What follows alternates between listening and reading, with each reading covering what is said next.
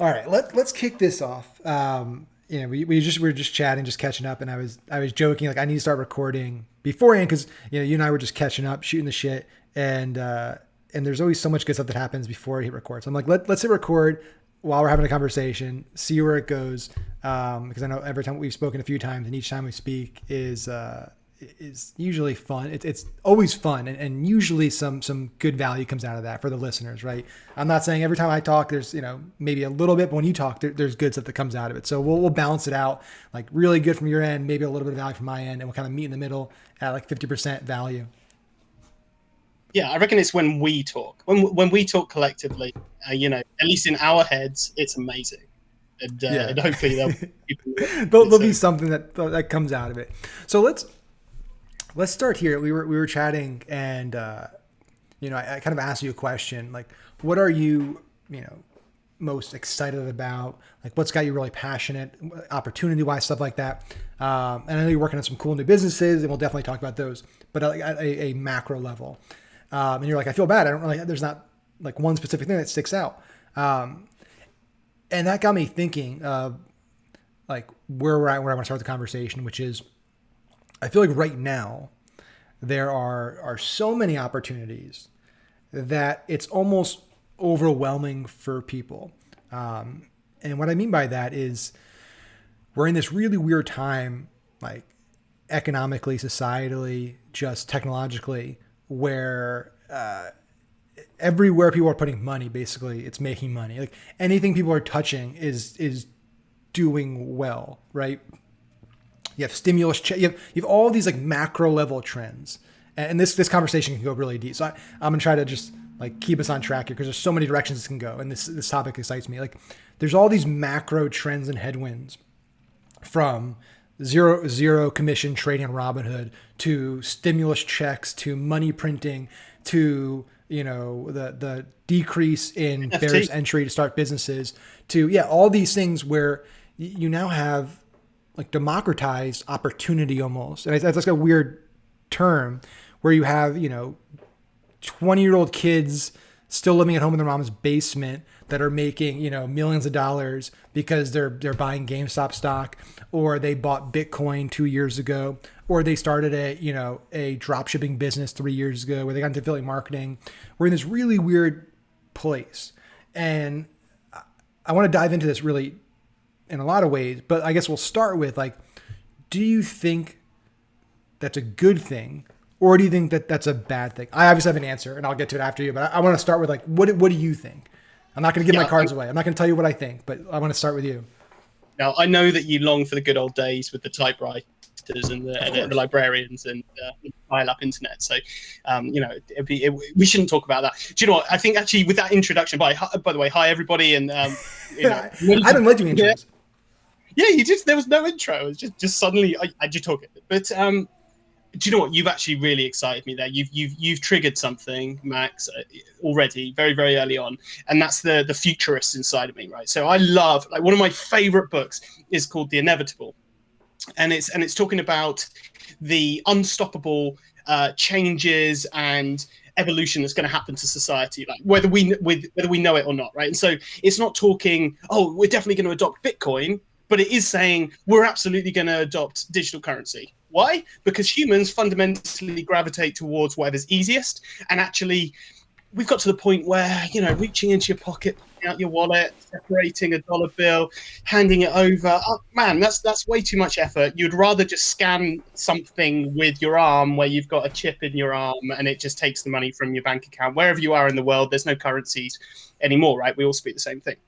Okay, so that's like one thing. Personalization is another one. So I'm tremendously excited. I think it's an amazing thing.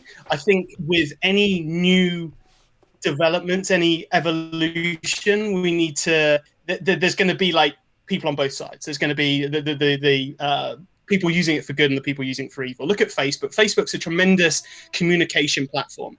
It enabled people to have conversations around the world in real time, really, really share their lives and but it's also got some of the worst members of society also using it to communicate, right? And it's not really the fault of the communication platform, although they do have responsibility.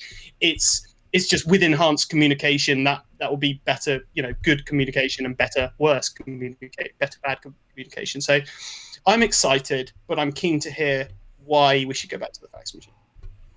Yeah. So, love that. And by the way, I got like the whole intro thing, the way I looked at it, right? And this is why I just started doing. This is the beauty of doing your own thing, is you can do whatever you want. Is, anybody that's listening to this or watching this, in order to do that, they had to first say like, this is interesting, which means I had to see the bio and description and all that stuff anyway. So the way I look at it, it's like, so many people spend so much time, and I'm not hating on it. It's a model, and a lot of people do it, and there's a reason. I'm just saying, for me, it's like time is so valuable, and it's like spending time repeating something. When people listen, it's like they know who you are, they know who I am. They and if they don't, they've read about you in the description, and they've went and looked up.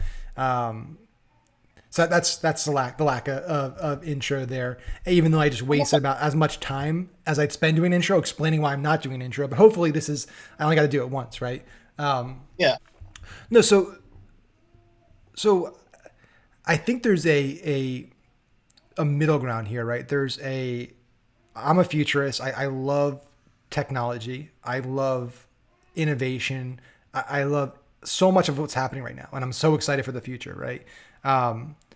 There's a weird thing happening though, where it's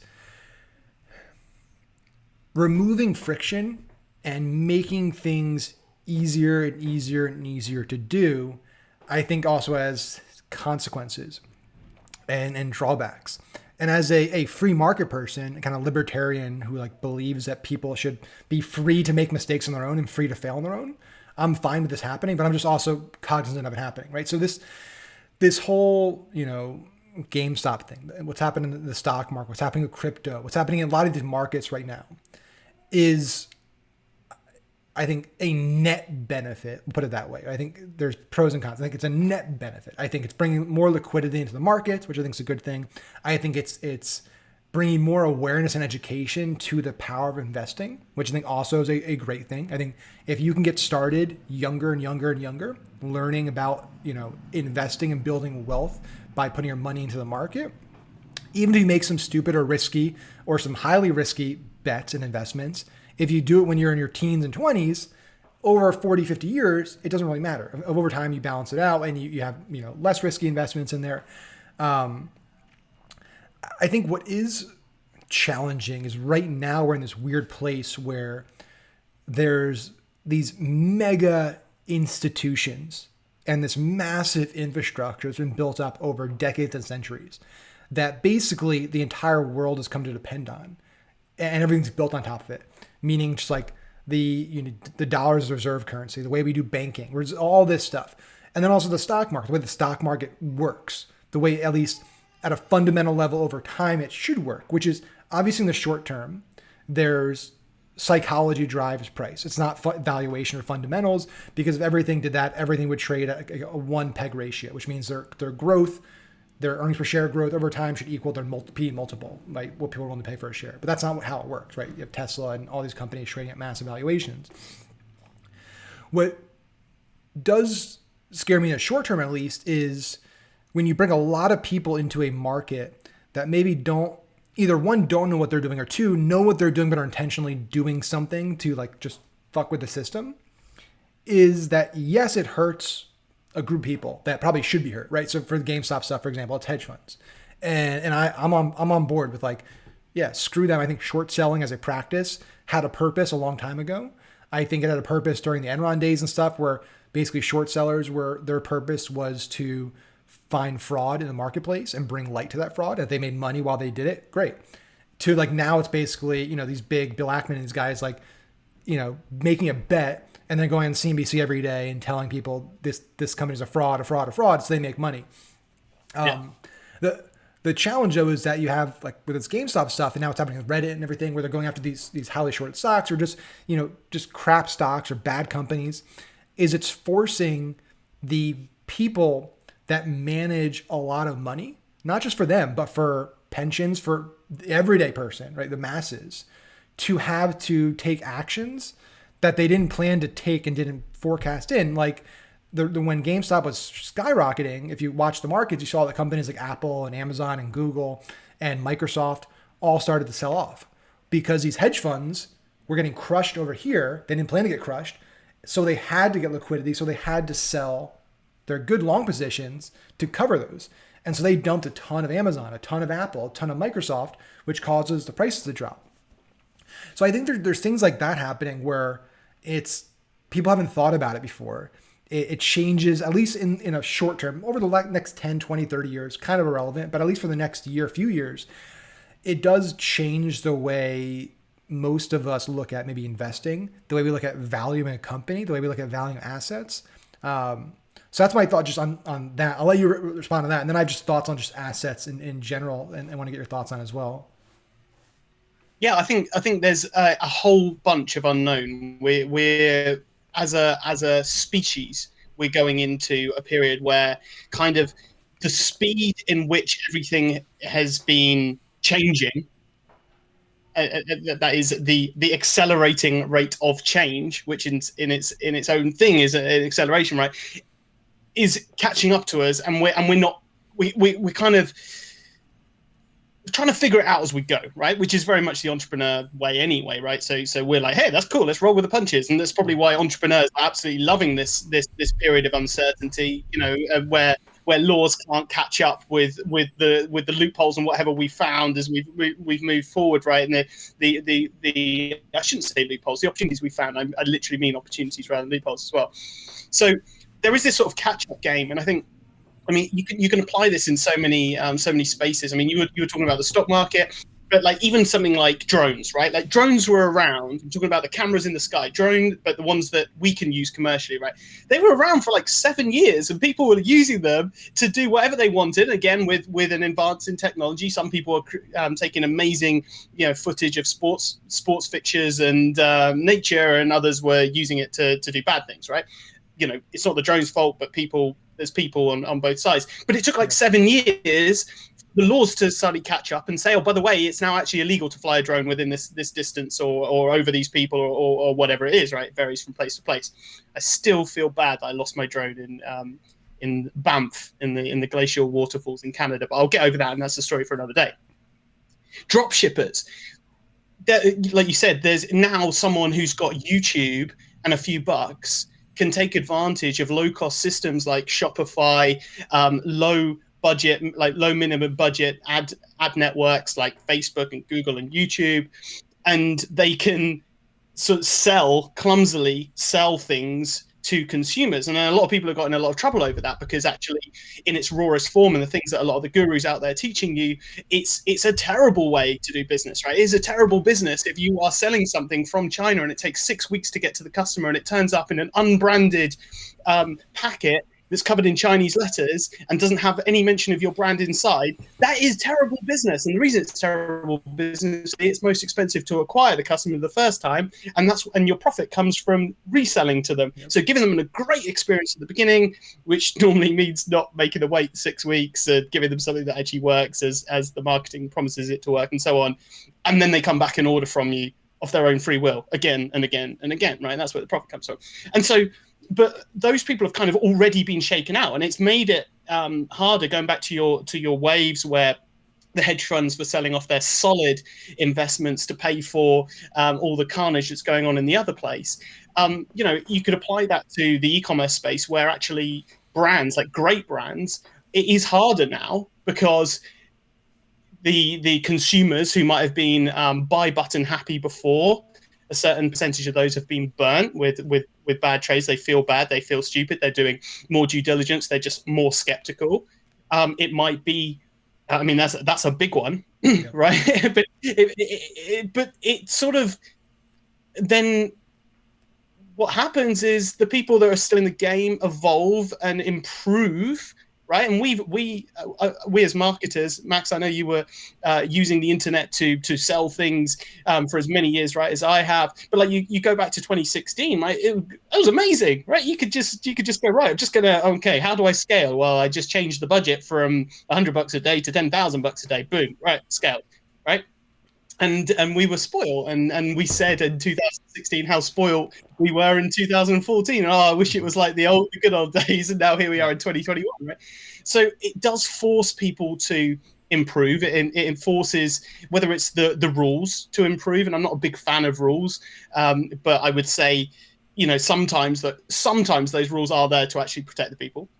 It forces the players to improve.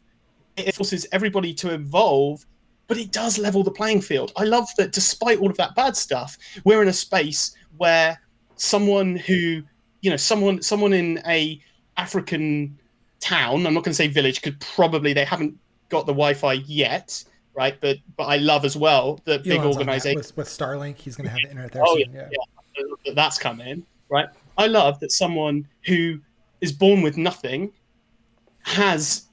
will have access to the internet of information, whereby we don't have an information problem anymore. Once upon a time, we had an information problem. The book we needed was in that one library in a different city, and we'd have to travel to get it. Not in my lifetime, we're talking a long time ago. Now we don't have an information, like a lack of information problem. We have a too much information problem with the internet, right? So it's now becoming, the problem is the filtering or the finding of the information is what I believe, right?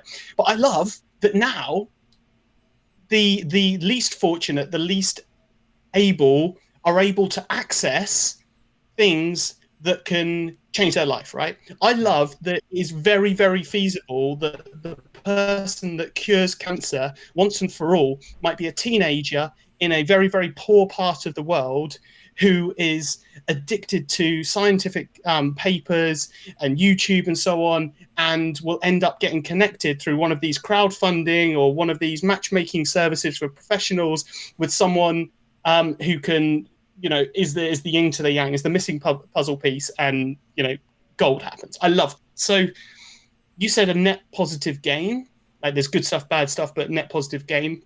I 100% agree with that. We're evolving, and we're definitely evolving faster than we've ever had to as a human race ever before, and there's casualties. Yeah. So let's hit on that for a second. That's the other fear I have, and you're gonna keep talking positive. I'm gonna keep throwing water on the fire, right, to keep it balanced out. The natural pessimist in me, right? But it's for a good reason, right? Like what concerns me as well with rapid innovation and expansion is, especially for people 25 to 30 and under, they don't really know. And that's a big population now. People that are entrepreneurs, startup, they're doing all kinds of things, that are investing for the first time, right?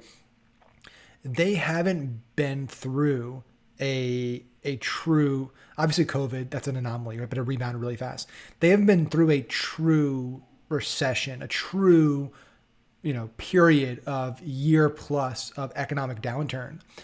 And what scares me right now, and anybody listening can, I open a debate on this, right? This is obviously a hotly debated topic right now between economists, between, investors, analysts, all kinds of stuff. I think this part's not contested, but it's when, right? We are probably one of the single greatest bubbles or multiple bubbles in history. I think it's hard to look at just the data and say we aren't, right?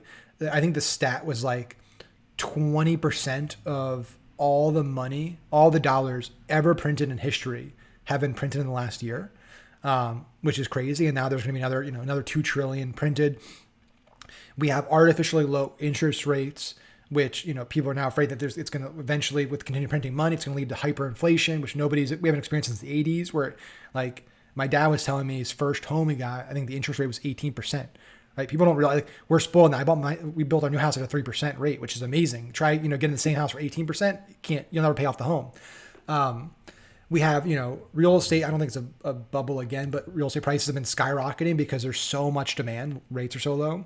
Stock market is just you literally look at I go to my E-Trade account, any company, I don't care what it is, with the exception of a handful of like value stocks, cyclicals, the commodity type businesses, are at 52-week highs, all-time highs, trading at, insane multiples. You have crypto, and I'm not a crypto bear. I have, a decent amount of, I own Bitcoin, Uniswap, AVE, a bunch of different coins. I think from an innovation perspective, I think there's some really cool stuff there.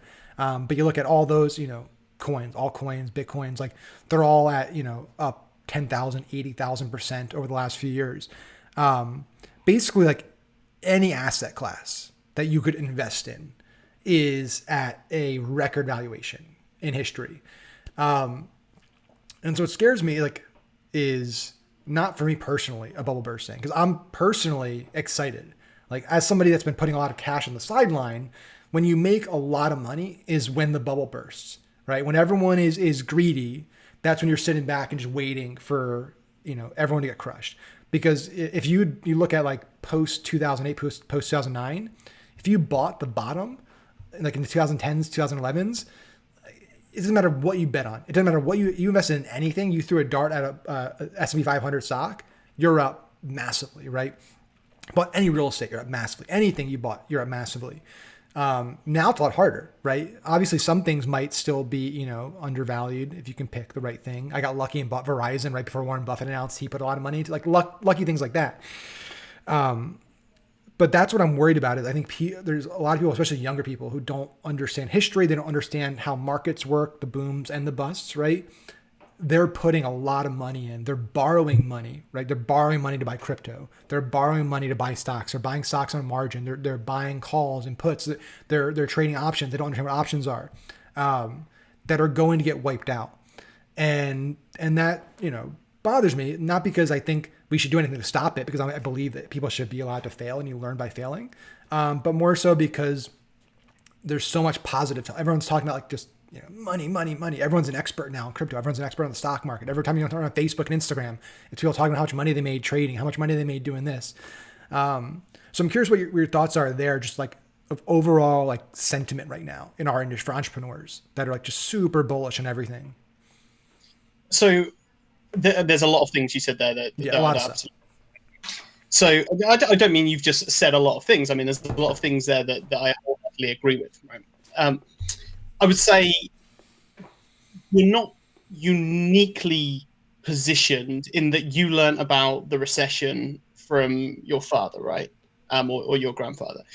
It's something that I think that's a key part of parenting, right? It's passing on your experience to the next generation. And so prior to 2008, I hadn't lived through a recession. It was my first home. I bought it with a 101% mortgage. Those things don't exist anymore. That's when they cover the entire cost of the purchase, and also the fees for the mortgage as well, right? And then I started the renovation work on that property, and when it was completely gutted and definitely not livable, was pretty much where that lovely upwards graph turned to you know, shit. Now, did that suck? Yes. Was it a hard lesson? Yes. But my feeling is that that's kind of something we just go through, and we have to go through, and it's important to learn. I definitely agree with what you're saying. Like, yeah, there's people that will definitely be looking at the next recession, almost going, do you know what? I'm kind of looking forward to it, because employment will be cheap, right? There'll be people desperate for jobs, and so the prices and salaries will come down, and everything that I can buy, every asset will be pennies on the dollar. It will be amazing. But then there's the flip side, where obviously the world gets crushed, the morale is low, things take many years to recover. I sort of feel I don't feel like we're going to hit those ridiculously high interest rates again, right? And the reason is because I feel in the same way that we as humans are gaining experience through failures, I feel like the larger entities, you know, like the governments and so on, who I don't generally believe in, but I know it's in their best interest to stop their country catching on fire. I kind of feel like there's lessons being learned at the higher levels as well. And so the next really bad cock up, it might not be 18%, it might be 12%, which is still really, really bad. But, you know, they're learning, right? There's an improvement. But I guess above all, my opinion is there's pros and cons, and it really does depend what lens you look at it through. I remember I got Roland Fraser on a call. He kindly agreed to just to hang out with our mastermind. Shout out to the Cartels Mastermind, yo. He agreed to hang out with us, right, on a Zoom call, and I asked him that question, right, and it was like March or April, right? It was month one of pandemic crisis, okay, for 2020. In case anybody's watching this in 10 years' time, right? So we got him on it, and it was like, right, so how's your business, right? He's a guy that has 70 businesses, or more than that. Like, he has his finger in so many pies. He is an amazing human. Okay, I'm blessed to have him on the podcast, blessed to call him a friend. He came on, and I said, like, so how's things, like, how are you looking at this, and he was like, well, it depends which side you want. On the one hand, yeah, it sucks, like, a lot of my investments have dropped off because of the stock market crashing, having to lay off people. There's businesses that just can't trade because of lockdowns and so on and so on. But on the flip side, things have never been so cheap to buy, and we know that we'll come out of this, and the people that we support during this time, when they need it the most, will never forget that. And so when we do get to the glory days that are in the future, that are coming at some point in the future, bear in mind that, he's lived through a few recessions, right? He's seen this.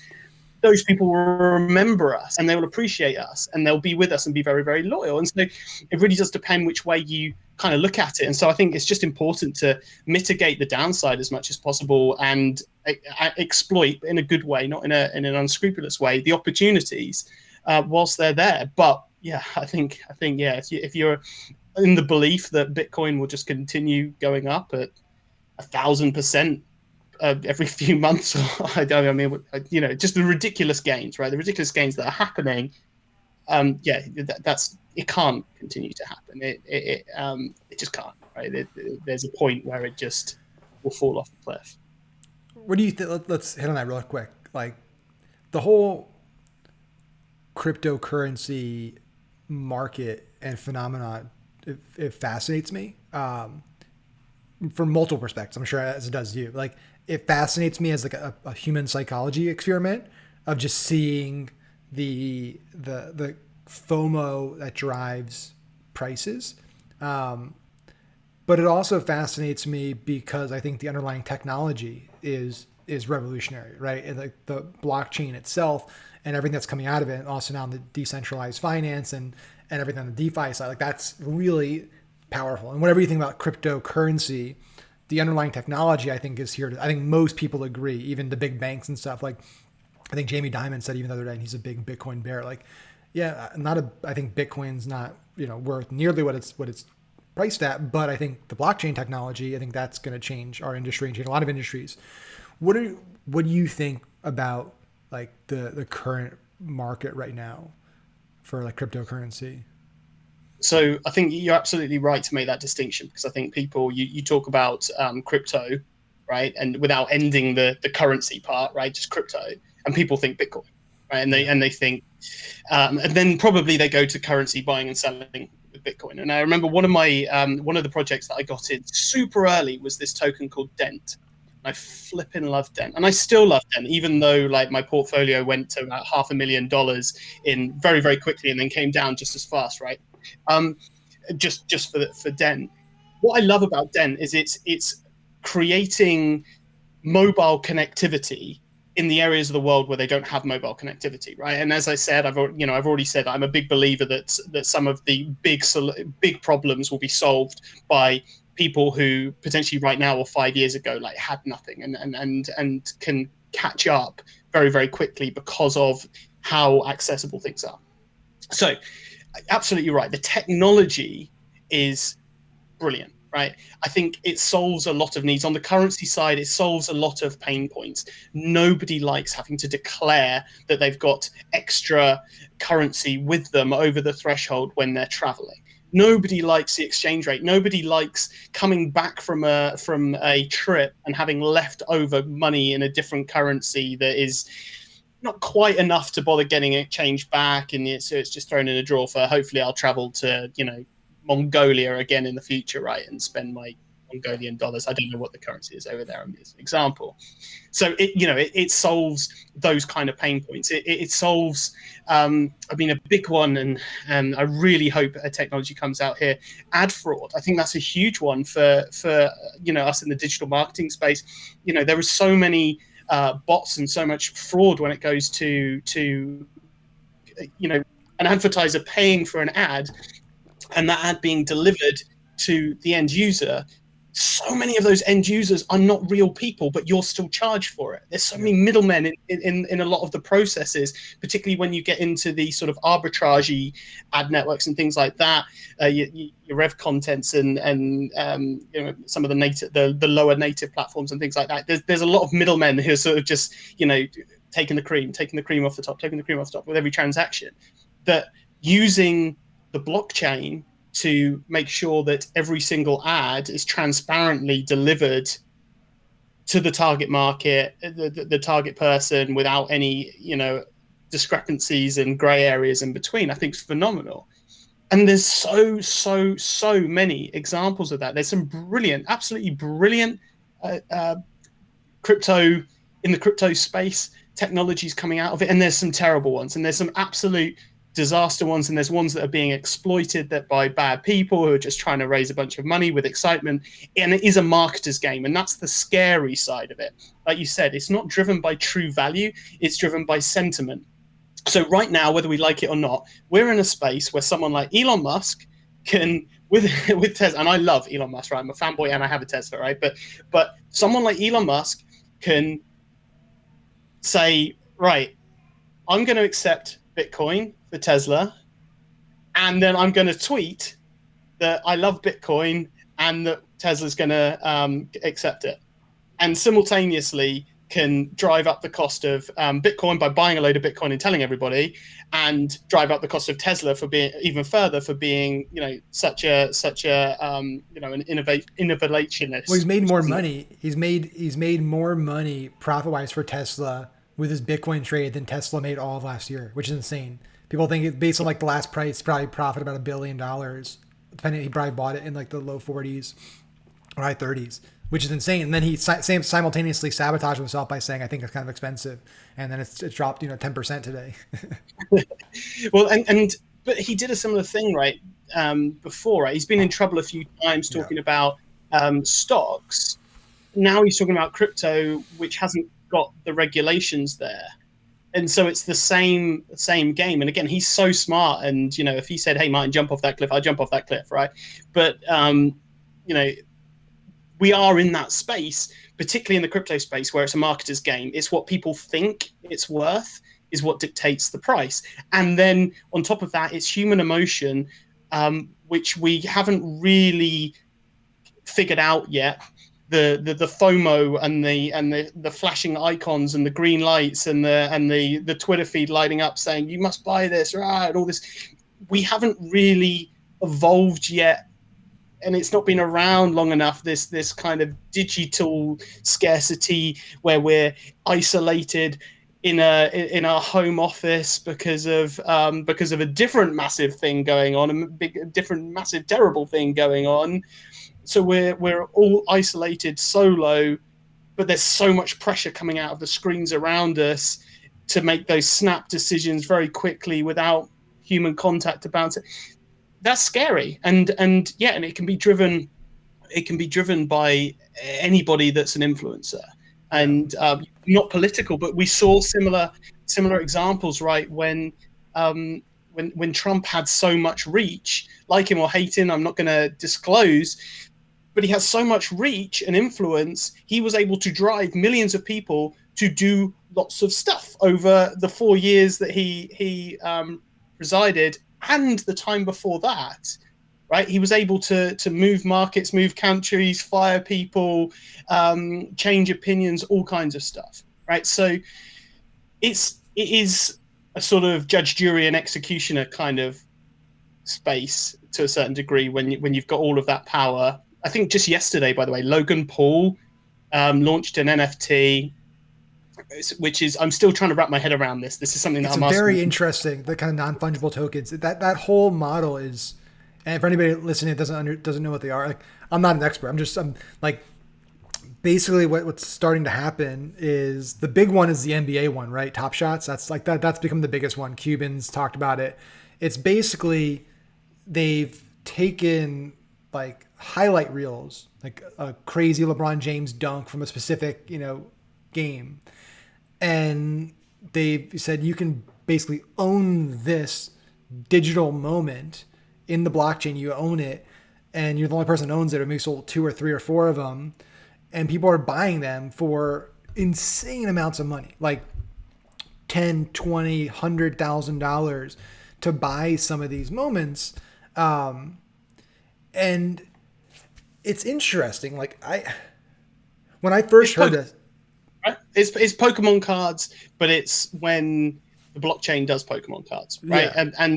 But it can't be, in theory, can't be faked. It can't be. It's not unlike that's a black market Charizard, right? That's not real. That's been faked. It's in the blockchain, and it's all different spaces. I mean, yeah, as I said, I'm still wrapping my head around it, but just that was a thing which kind of someone dumbed it down enough for me to understand. I was like, okay, digital Pokemon cards, I kind of get it, but it's not Pokemon. It doesn't have to be Pokemon. It can be like anything. You said, like. It was Giphy, like the guy who did the Neon Cat, right? Like he just listed the original GIF of that from a decade ago, and it sold for hundreds of thousands of dollars. I forget what it was auctioned off the other day on a site called like Foundation or something. And it's at first glimpse, it sounds ridiculous. Like why would somebody buy something when they're not buying the rights to it? The NBA still owns the rights to those like that content.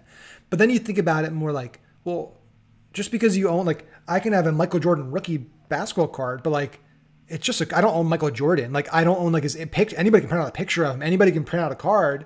Like, it has value because people said it has value because this was authenticated as they only made a few, and people decided that this specific year and this specific model is worth a lot, right? And it's really strange, the idea of most of these things, even the dollar. It's like people say it has value because we've all collectively agreed that it has value, and we're all pretty much on the same page there. And that concept is really fascinating. Yeah, I think it is, but in the same way that fine art, right?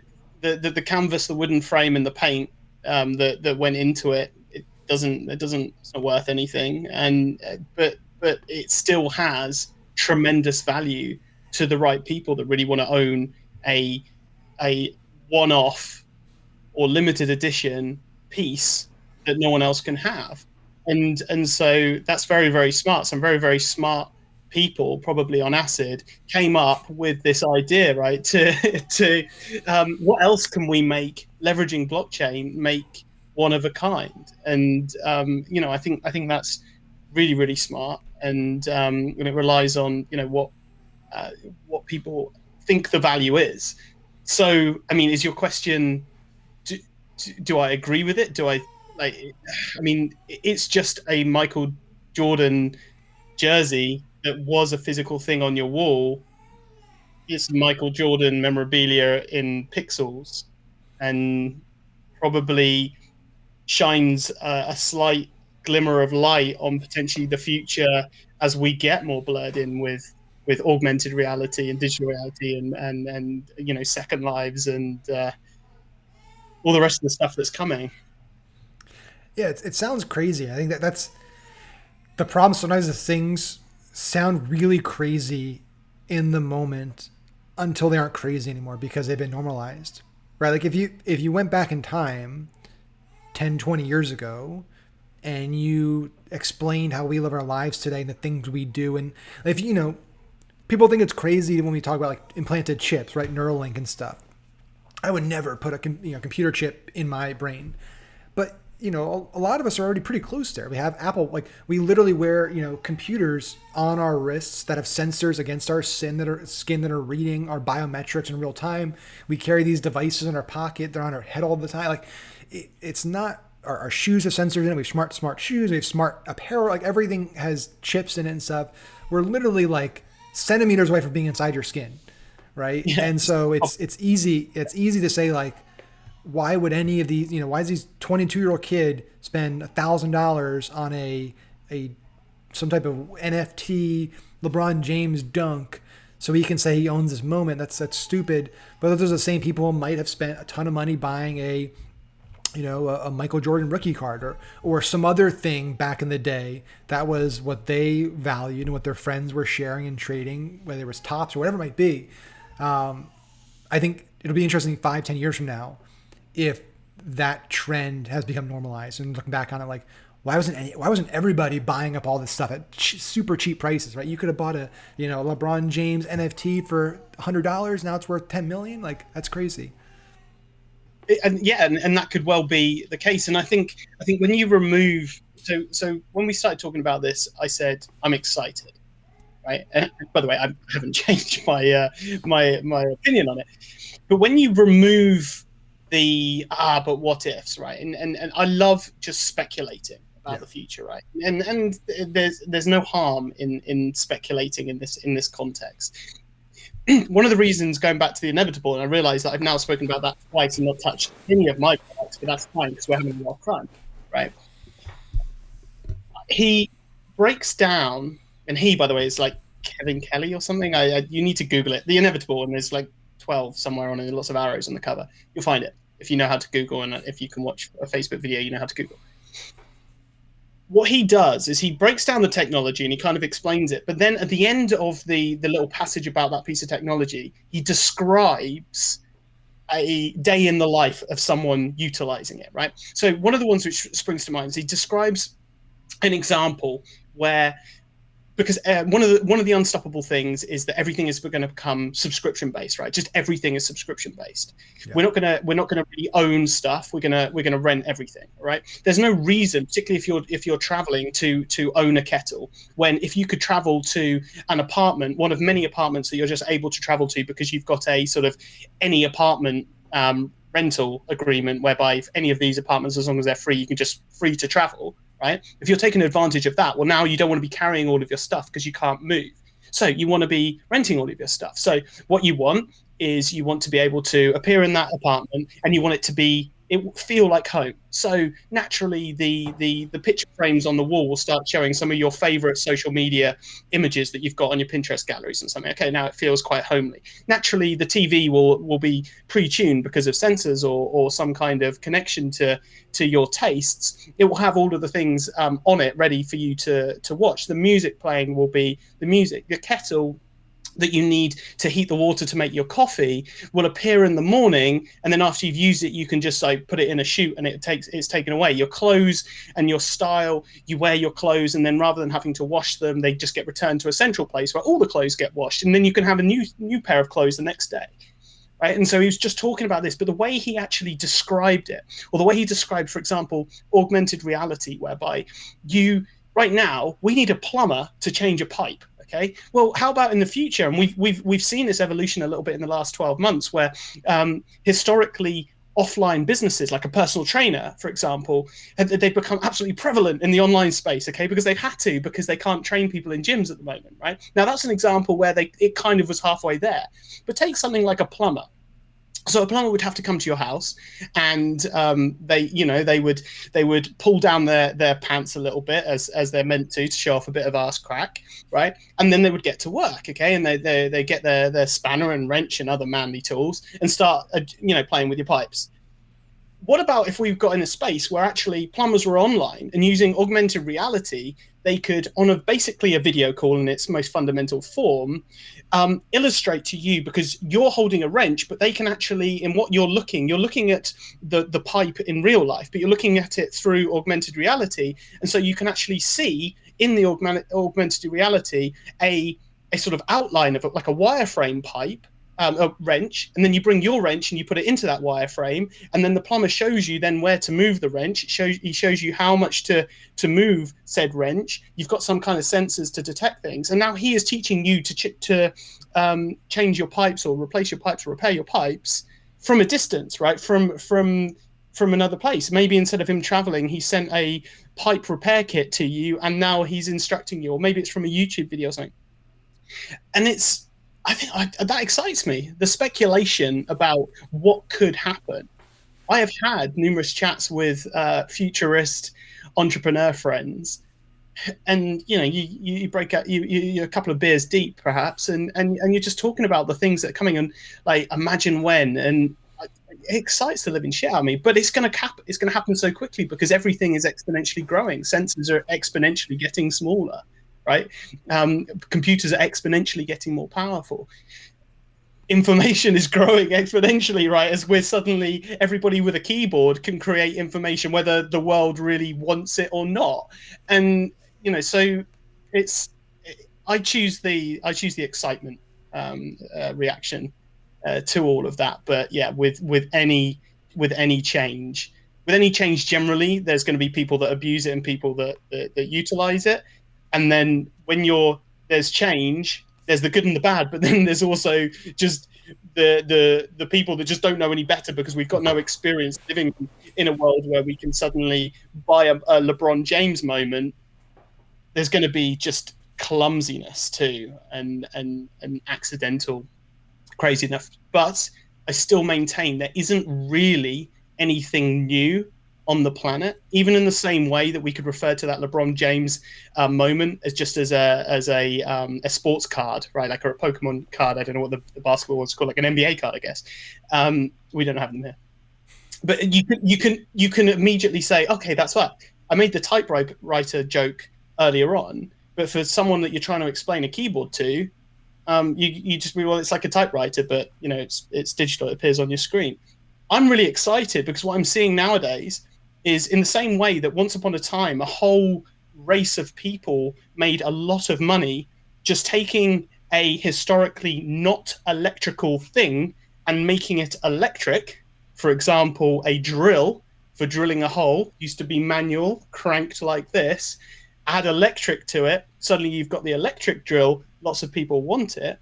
Now people are applying machine learning to things that previously didn't have machine learning, right? We're doing it on our software side. We're applying machine learning to the checkout process in e-commerce, right? We've learned that actually with machine learning, you can understand and learn a lot about people that are otherwise completely anonymous on your site by the way they're moving their mouse, the way they're interacting, all of the information that you've got about their browser, their mannerisms, their where they've come from, where they've been. You can actually learn a lot about them. You can learn about their education level, just like a machine can detect and predict their education level, their affluence level, how spontaneous they are, how much education they need before they're ready to buy. So there's a lot of, I'm having some camera issues, but yeah, I'm here. We can keep chatting. There's a lot of things. You just turn off all the lights, everything.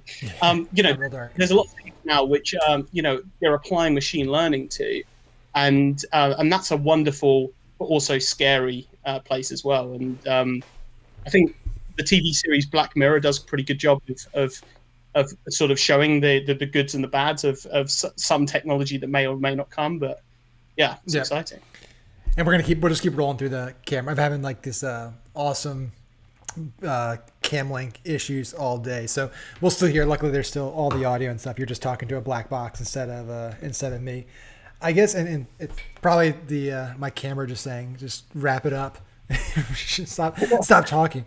No, it is fascinating. I think that's when people talk about like there not being a like talking about how all this innovation is going to lead to massive job loss and how it's, we need to slow it down and all that. Like, part of me says, yeah, maybe this time it's a little different, but the other side of me is throughout history, there's always been massive innovations, whether it's the automobile, the assembly line, the printing press, where I'd imagine during that time, a lot of people thought this is dangerous. It's going to put everyone out of work. But it's like, you can't even foresee 5 years, 10 years, 20 years down the road, all the new jobs that are going to be created, because our brains can't even comprehend some of these technologies at the time that are going to be around in mainstream 20 years from now. And so even these, you think about like just these NFT things, like 5 years ago, people wouldn't even thought about that as a concept, that like there's going to be a whole industry of taking the entire collectibles market, I don't know how many billions of dollars that market's worth, right? And how many jobs there are in it. and we're going to basically duplicate it and put it on the blockchain. And all the engineering jobs those are going to create, all the marketing jobs and the sales jobs and the trading jobs and the regulation jobs and the accounting and legal job. Like there's so much that comes out of it. But it's hard to think about those things when you're going through it and when you're being disrupted. And so I can relate to people being, you know, scared and frustrated and having that mindset, but it's also like there's always going to be something new, and that something new is going to create just massive opportunities. And I feel like each new thing that's happening throughout history, it's democratizing those opportunities a little more. It's making capitalizing on those trends a little easier and a little less expensive. And I think people forget as well. So yes, there is absolutely the example that the person working at Blockbuster, right, could no longer work at Blockbuster when it went down, but they could sell subscriptions to Netflix, right? Being a very, very similar thing. They could jump online as an affiliate and sell Netflix subscription as an affiliate, and they could probably make, if they're good at it, probably make way more than they actually did at Blockbuster. But I think what people forget about with the opening up of new jobs, in the new previously unheard of jobs, and I've heard examples. It's like, well, when we've got robots, you know, we'll need people to maintain the robots. Yeah, okay, that's a kind of an easy job. That's kind of not an easy job. That's an easy guess, right? That's an easy. Yeah, of course. But like what you were saying, there's going to be jobs that open up that we just can't even comprehend now. But also, in addition, as things become more mainstream, like, you know, I talked about drones 7 years ago. Well, my first drone was pretty large, right? It was pretty much a shoebox, and it wasn't a good drone per se. It was very expensive, but it wasn't good by today's standards, whereby you can buy a drone that's in the palm of your hand, right? And that's just in a few years of innovation. Well, as things can become cheaper, what people I think forget in that argument as well is probably the cost of living will come down, because the things that we need and the things we have access to are way more available, and therefore the price can come down, right? And so, you know, we won't need a television if we can just kind of see the screen in front of our eyes because we've got special contact lenses on, or Google Glass, or it's just in our brain through some chip. We can just watch a channel internally, right, inside our head, right? You know, so we won't need a TV. Okay, cool. That's an expense saved. If we're traveling from apartment to apartment because we haven't really got any stuff, and we can do, and because everything that we need is rented, and we don't have to remember it because it will just be at the next location when we get to that next location, well, naturally, our cost of living is lower. We don't need as much stuff. We haven't got as much stuff. And so even if the jobs went, if the cost of living also decreased, it might be, I mean, hell, we might get into a place where actually everybody can work part-time, happily work part-time, right? Like, because they don't need to work longer than that, right? Maybe the happiness level will go up as a result of that. Maybe it'd be terrible, and, like, you know, it'd be like Minority Report and all the other Terminator and all the other terrible films predicting the future, and you know, it won't be sunshine and rainbows. Again, I've established I'm on the positive track for this particular hangout, Max, and you know, we've picked our lanes, so I'm gonna go with the positive. I think it's gonna stick with the positive. No, I'd love to. I would. I think thinking positively about it and having that mindset, and I do think there's a good chance that that's the part we end up at, the path that we end up down. It's so much of it just so uncertain, right? It can be a utopia, it can be a terrible place, it can be somewhere in the middle. You know, I think I don't see things getting dramatically worse or dramatically better. I think humanity kind of has operated in a similar fashion throughout our entire journey. We've just gotten different tools and ways to influence people and have influence, have opportunity. The one question, and I know we're over here, so I want to be respectful of your time, but this is a question I did want to ask you, and it's kind of led to it here. Like, do you think we end up with just a handful of companies, right? So we talk about opportunity a lot during this episode. We talk about how it's a great time for entrepreneurs. It's a great time for innovation. What's what scares me a little bit, and I'm conflicted. I've talked about this in a few episodes with a few people, a few friends of mine, and I'm conflicted about it. And I'll tell you why I'm conflicted in a second. Like, is allowing a handful of companies to essentially own everything. And the conflict is that as a true kind of free market person, I believe that if you outcompete everyone and out-invest and you're playing, 3D chess essentially, if you're, Jeff Bezos and you just beat everyone, that if you end up owning half the entire world essentially, like, I guess you deserve it. But then the other part of me is like, there could be a lot of bad shit that happens if we essentially end up 10 years from now with Apple, Amazon, Google, owning everything, right? You want to go get a loan, you go to Amazon's bank. You want to get, your insurance, it's through Amazon Healthcare. You want to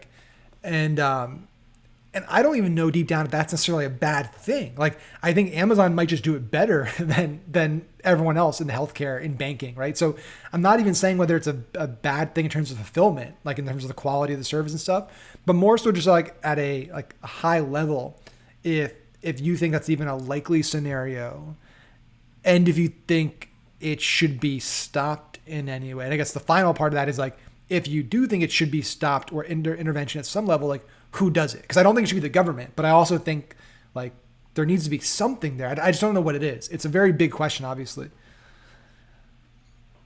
So the first thing that sprung to my mind was actually, remember when I said that there's nothing new on Earth, right? Everything the NFTs and Pokemon cards, right? Well, we've had rulers owning big chunks of the world before. Yeah. Right, like it was very different, right? And people were whacking each other with wood and metal, and wearing helmets and charging on horses and stuff. But there were people that owned large parts of the world before, and that worked fine for a little while. And then the world just found a way of suddenly it not being like that. And it may have taken a generation or two, or many more, but. So that was the first sort of symmetry, I guess, I drew from that. And I was like, yeah, actually, I kind of believe that if it did get to that point, it would actually sort of undo itself as well, if that was kind of meant to be. Then I thought, right, okay, so if Amazon owned everything, the sort of facetious throwaway comment I would make is, at least only one person's got all my data, right? At least we're not in a world where there's thousands of people abusing our data. It's just one company's got our data. Oh, there's a data leak. Well, it's probably Amazon then, right? Leaking it to Amazon. There's only one, right? There's in the scenario, there's just one. Do I think it's a good thing? No, because I think with competition comes evolution and improvement. So I think it would be a lot of. I mean, Jeff Bezos isn't the CEO anymore, is he? But I'm sure he's still going to be influential for a long time to come. And my understanding as well. I'm reading a book at the moment. It's something about AI. I think it's the Age of AI or something. It was recommended. I did a podcast. I'm gonna plug the name on the Smart Destiny podcast with the founder of SwagUp. It's not been published yet, but SwagUp, is like a 50 mil plus print on demand swag providing company.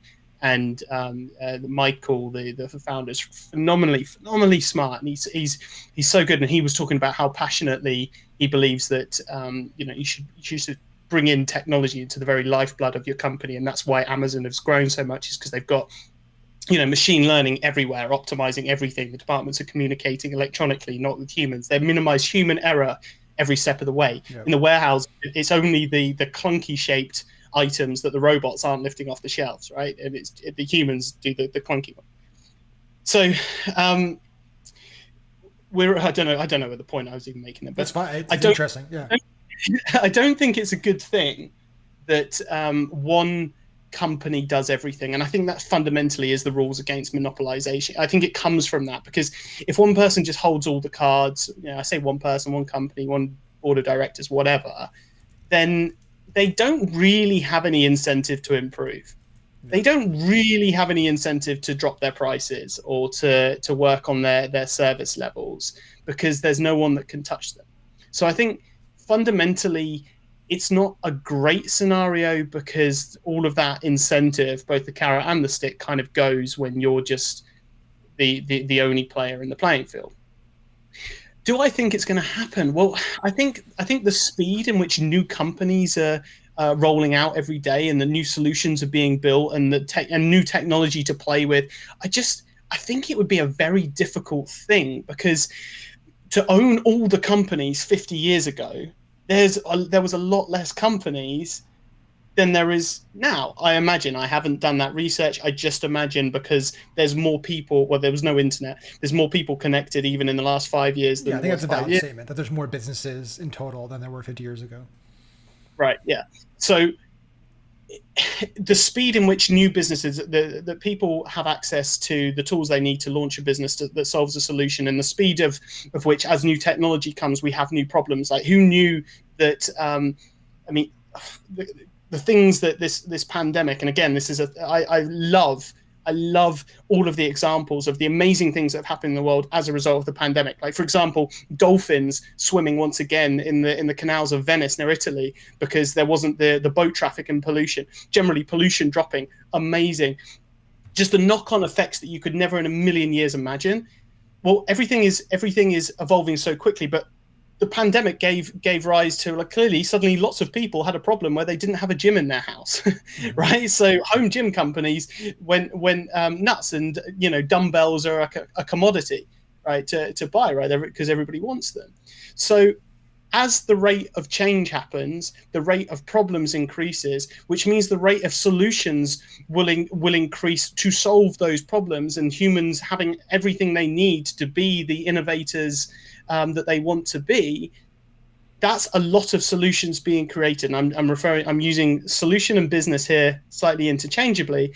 So for a massive giant like Amazon to suddenly sweep the monopoly board and buy up all of the hotels and all of the parts of the board, it's harder. There's a lot more to do. And in this world where communication's so rife, that you see it time and time again, when someone gets a little bit too big for their boots, there'll be some kind of march or demonstration or protest, digital or whatever, that kind of levels it again. And so, yeah, I just think humans, even back in the days of Genghis Khan, they found a way for him to not own half the world fairly quickly in the grand scheme of things. So if it does happen, and certainly it looks like, yeah, Amazon's buying up stuff. I saw, yeah, there's going to be an Amazon pharmacy or something in the cards. They're buying up old airplanes that aren't being used because no one's traveling, to transport their stuff.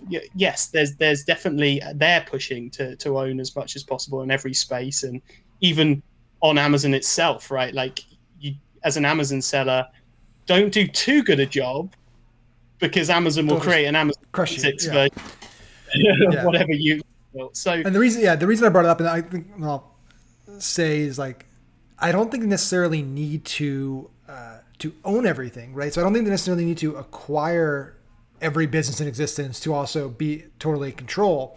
I think what we've seen in the last year, and this is a whole bag of worms, so we can maybe have a second episode of the podcast, we can talk more about this, but is they either own a lot of market share in a few big markets, or the markets they do own control basically the success of almost every other market. What I mean by that is, if you're Amazon, you have AWS. Over half of the world's websites essentially are dependent on you supporting them and hosting them, right? So what happened with Parler, right? They basically said, we don't agree with the way you're running your business, so we're no longer going to host you. And they basically took an entire company offline. Now, we don't talk politically about that, but just the impact of that, of saying that we can decide that we don't really like this business, we don't agree with the way they're running their business ethically, morally, so we've decided to not host them. And same thing with Apple when it comes to with Facebook right now, with the rules. Like, Apple, people really forget this, like Netflix, Spotify. There are some massive companies, $100 billion plus companies, some of the biggest companies in the world, that's pretty much, maybe not 100%, but are pretty dependent on Apple playing ball with them, right? If Apple decided tomorrow, Netflix, we don't really like the content you're putting out anymore, we're going to remove you from the App Store. Netflix loses Apple TV, which is a lot of TVs. That's how they stream everything. They lose iPhones, they lose iPads, they lose Macs. Like, everyone basically has access Netflix through either the browser or through Google devices, right? And that's pretty crazy. You think about like one company controlling basically the distribution and the way customers access these companies is controlled by Apple. And then the way, people access on other sides. So that's like how they access through apps. And the way they access through just internet is Amazon. So that was the part that to me is like, okay, yeah, Amazon, like them basically owning every company or putting every company out of business, directly. Yeah, highly unlikely, right? But like the control they have on whether you as an entrepreneur can compete, that's the shit that scares me a little bit. And I think is going to become a bigger and bigger issue over the next few years. I think that's terrifying. The thought, and like you said, like people can pull the plug, and that's where we can circle back to blockchain again. For example, like take the Amazon server conundrum. Well, there's technologies in the crypto space which are serving to decentralize the internet, right? We've all got unused memory, we've all got unused disk space on our computers and our devices, and we're all connected, and the speed of that connection is improving with the 5G and 7G that Japan's probably got, right? Because they're doing it so much better than us. But we're connected, we're all connected to the internet, we've all got spare memory and space, which is what a server is. Okay, that fundamentally that is what a server is, right? And so what these blockchain efforts are, they're saying, hey, how about rather than everybody paying money to the hosting companies, you pay a lot less money, and everybody kind of just gives a tiny bit of their computer that they weren't using anyway, and it's decentralized. The data spread across millions and millions of computers. So like that video that you're hosting isn't on one person's computer; it's actually split across millions, and there's redundancies and so on, so you can load it from it. And that's how. I would say Amazon are probably quite scared of that, because they've got all their chips, they've got this massive business, they're serving half the internet, and yet there's a real threat, I would say, to them. And I just think that's kind of the cyclical nature of nature, right? Is if suddenly you had too many sharks in the ocean, well, the things that the sharks are eating become more scarce, and then the sharks die out, and then the things that they were eating come back again, right? It's a circle of life. So I think whilst it is scary, if the internet and if the larger population, for example, felt threatened that Apple might be about to take away their Netflix, they would figure out a decentralized way. And so that's one of the reasons that blockchain is here to stay. It's one of the reasons where I think if companies quietly get massive, that's probably their best tactic, because if they start throwing their weight around and like Apple changing the privacy settings or banning. I think there was a couple of games companies that exclusively relied on revenue that comes from the Apple lawsuit with them. Yeah. Yeah. I think if they start getting big and getting too much attention, and Facebook is sure trying to draw attention to Apple and how they're, hurting the small businesses and stuff. I think if enough traction happens there, alternative happens, and then again with the influence, the masses give it power. Yeah. And give it influence. So my feeling is often things have a way of working out, and that's such a head in the sand thing. But I go back to the example of suddenly, we have a pandemic and humans aren't getting in the way of nature, and suddenly nature bounces back, and things begin to operate again as nature intended. Thank goodness. That's what happens. That's what happens, right? I 100% agree. I think that's, and I like to end. Let's wrap it on a positive note, because I think it's not naive, and I don't think it's head in the sand. I think it's with that specific instance. I agree with 100%. I think there will be people that create new ecosystems and new platforms and technologies because this specific legacy technology became too big and too powerful and prevented competition, right? People just invent something else. So I agree 100% there. And I definitely want to have another episode. Let's definitely schedule another one and dive deeper. With the new boy on the way right here, Quinn, when he gets back, he's got back. So I like to keep things to an hour, because I go 2 over, then it's miss out on him, and Larissa's doing double duty. So And plus he starts crying, and then we get no conversation in. So definitely want to schedule another hour block for us. But before we wrap it up, I know you're working on some cool stuff. I know you have a really cool new supplement brand. The best way to put it, right? Supplement that has some really a big social mission, which I think is really cool, and I love it. So if you want to chat about that for a sec, tell people what's going on there, and then where people can learn more, follow you, get all your content. I know you do masterminds, events, you have a book, you do a lot of stuff. Yeah, absolutely. So the event, the product is called New Brew. So NOOBRU. I'm holding up to the camera for those who are just listening. And basically, what it is it's functional powder that you add to water. So they come in little sachets like this. And I'm really, really proud of this stuff. So we've got an amazing board of advisors, which includes a medical doctor, and we've created a supplement that I wish I had years ago. But fundamentally, all of our products have nootropics in. And nootropics is like a multivitamin for the brain in the basic format. But really, what nootropics do is something which I absolutely love and I look at all the time with my biohacking and life hacking endeavors. We didn't even get into that, but that's definitely a fun topic to explore.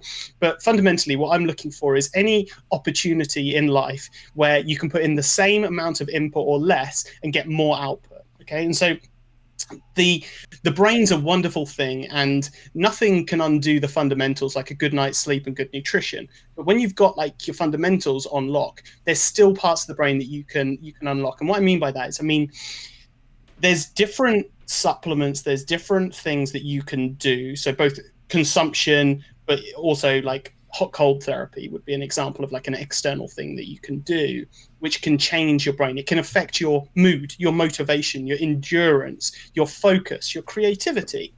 And so this was something that took me down the world of nootropics. I'm super passionate about nootropics and have been for many years. And initially there really wasn't much information around. And I just kind of was a human guinea pig and, and just trying out stuff that I can get my hands on.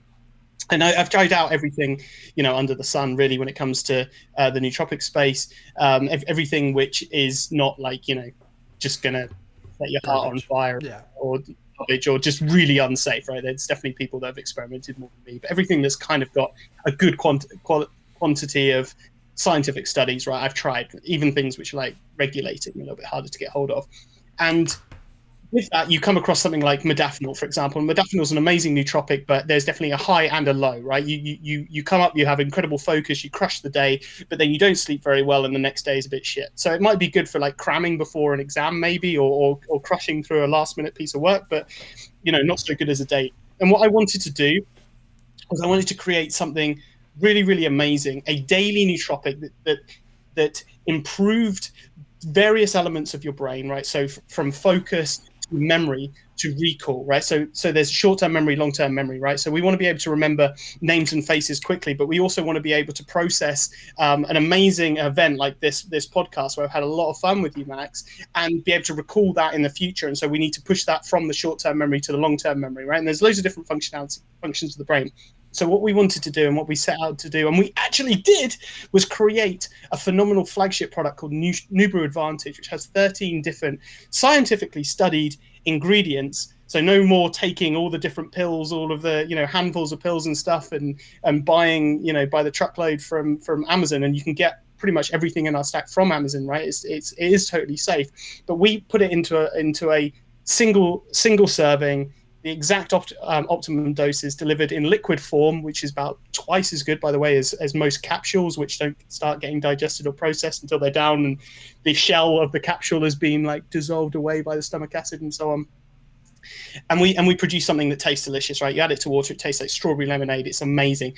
At first, as an entrepreneur, you doubt your products, you doubt your belief, you doubt yourself. But now, a year down the line, we launched in January 2020. A year down the line, we have helped so many customers, and we've had so many positive, like really, really detailed, like life-changing accounts from our customers, with over 35% now of our revenue coming from repeat customers within a year, right? Like we're really beginning to see just how beneficial our product is. And then the charitable element, which I'll try and keep as brief as possible, but I'm so passionate about this because I genuinely believe as entrepreneurs we have an absolute responsibility not just to crush and to be successful and to make money, sure, but to leverage your influence, your ability, your whatever you've got that you're great at to make the world a little bit better. Okay, I call it being a net positive benefit, right? So an example of the negative side of that, or the flip side of that, would be a cigarette company, right?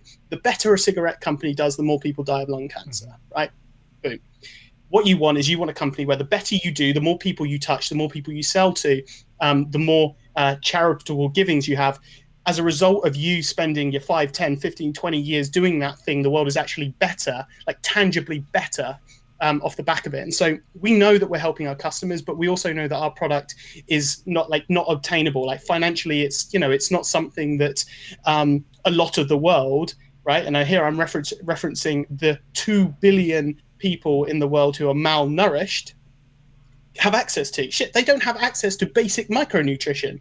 Okay, and so what we said was, we know we're helping our customers and the people that can afford our stuff, but how about if at the same time we support the people that don't have basic nutrition down, the sort of stuff that we take for granted, because most of our basic foods, our cereals or flours, are already fortified. If you look at the packet, they've already had B vitamins and iron and niacin and all these stuff, right? That's fortified. They've already had the basic things added to it, so that when we consume them and we go out in the world and we get hit with like a bug that gives us diarrhea, right? We're like, oh, that's annoying. We take a pill and we bounce back. But to those that are malnourished, that could be a death sentence. And so what we did was we partnered with a company called Project Healthy Children, who are also called Sanku, named after the first village they helped. They add micronutrients to the fundamental flour that is served in the villages, right, and used to make like your bread and your rice and your simple foods that they consume. And they add those they fortify that flour, right, so that on a base they suddenly have the basic level of nutrition, and they come above that line. And so to date, we have provided, I need to get the exact number in that sort of midway point in the month where we calculate it sort of halfway, but it's close to 10 million meals we fortified in the year that we've been, right? And our mission is to fortify 100 million, 1 billion meals by 2025, right? And we figure that if it's a 2 billion person problem and we can fortify 1 billion meals, and the rest of the world can kind of do the rest of the stuff, that's not bad, and we can sleep easy at night knowing fundamentally we've helped our customers. Our customers have access to camera phones; they can tell us themselves in video form, but also knowing that we've helped all of these people that can't help themselves. I said it earlier on in the show. I genuinely believe that one of those people that unburdened with basic nutrition and just staying healthy will have time to focus on things like, hey, I'm going to research today, and one of those people might be the person that cures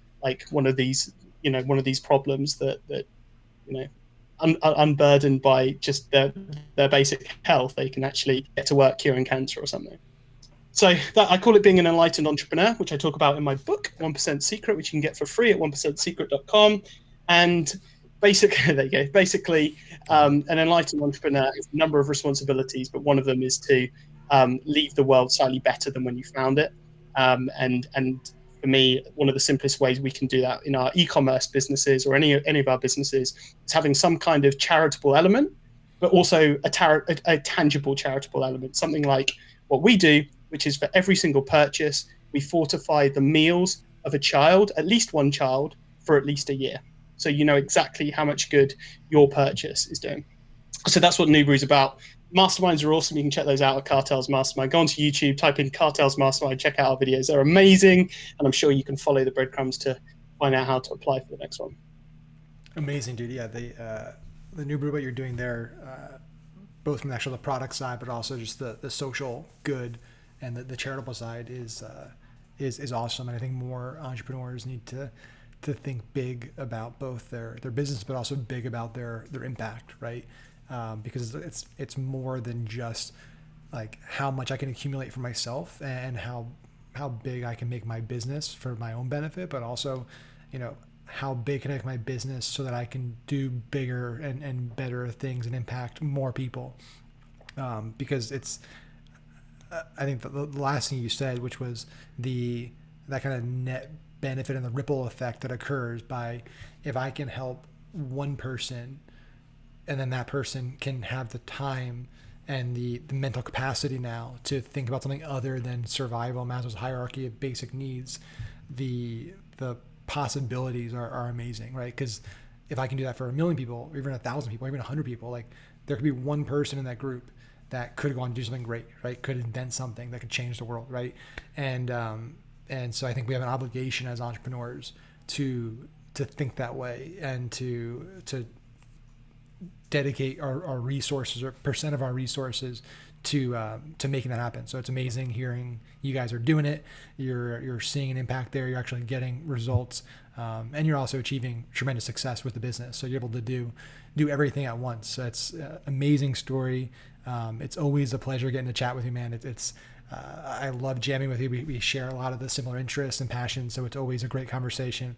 And I definitely want to have you back at another block soon, so we can continue the conversation. There's so much other stuff we could talk about. We were kind of limited today in some really big macro topics, so definitely want to jam more, and excited for future conversations. Absolutely, man. And I hope the audience listening has found some value in it. And you said about if they want to get hold of me, basically, Smarter Destiny everywhere is pretty much the best way to find me. My email's Martyn, spelled with a Y, because my parents were a little bit odd. Apparently, that's the Welsh spelling. I only learned that like a week ago, and I'm 34. But Martyn at smarterdestiny.com. Find me basically /Smarter Destiny in some format on every social, and martyncook.co.uk if you want to learn a little bit more about what I'm doing and what I've working on. Love it, dude. Well, it's always a pleasure. Have an amazing rest of your day, and we'll see everyone next week on our next episode. Thanks, guys.